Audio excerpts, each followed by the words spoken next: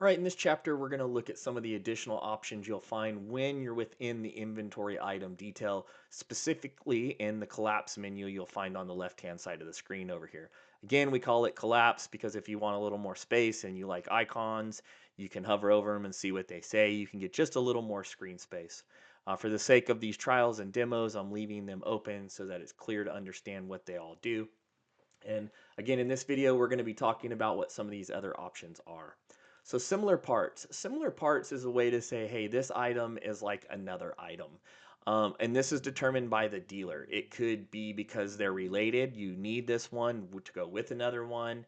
It could be that it's an alternative option. Whatever it may be, you can type in to find the part number and eventually find something and say, hey, this screw tends to go with this rivet.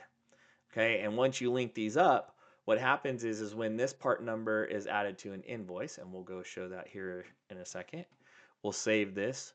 When I do go to a new parts invoice and I add in that part number, we can see here a little icon. And when I click that icon, it's going to show me the other similar parts. So again, whether I could have got this same exact part in a different part number from a different vendor or because there's things that need to go with it, again, this is where you can come to access that. I can click it, double click it, and swap that part out if I need.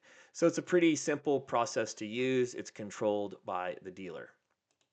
Now our next option is invoice history. And just like in our customer detail, we can see a history for customers. Well, the same thing goes for an inventory item. Here, if we had an invoice history, we'd see all the invoices that have been sold to, the dates, the customers, the status, who the salesperson was, etc. We also have an adjustment history. This can help you understand where parts may or may not be going in terms of your inventory. So when we add parts in, whether it be receiving or whether you do them manually, that's what we call an adjustment. And here's where you can see the history of where parts were added and removed. Again, we can see a sales history, how many we have per month, per quantity, the transaction, average sales amount, things that can help you, make better business decisions. We also have a lost sale history.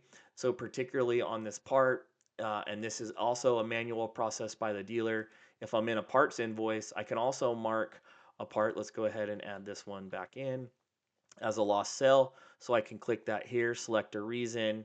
We were out of stock. I can also add in new reasons if I need to by clicking here. I can say how many I didn't sell, I could have sold to if I did. I can hit save and now that information is recorded in a lost sale. If I refresh this information and I come back to my lost sell history, I can now see the information, the reason, the lost sell quantity, and we have a lost sell report that you could click here to go see quickly all lost sales for all parts. The last we have is fees. So fees is a great option to make sure that if you have a fee that needs to go with a particular type of part, a battery is a great example, and you want to make a core charge, you could add a fee.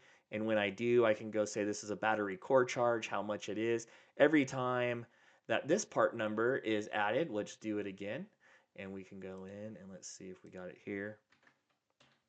We can now see that it has automatically added the fee, and we can tell that the fee is corresponding with that part because it's green within parentheses here. And we'll talk a little bit more about fees in a separate video.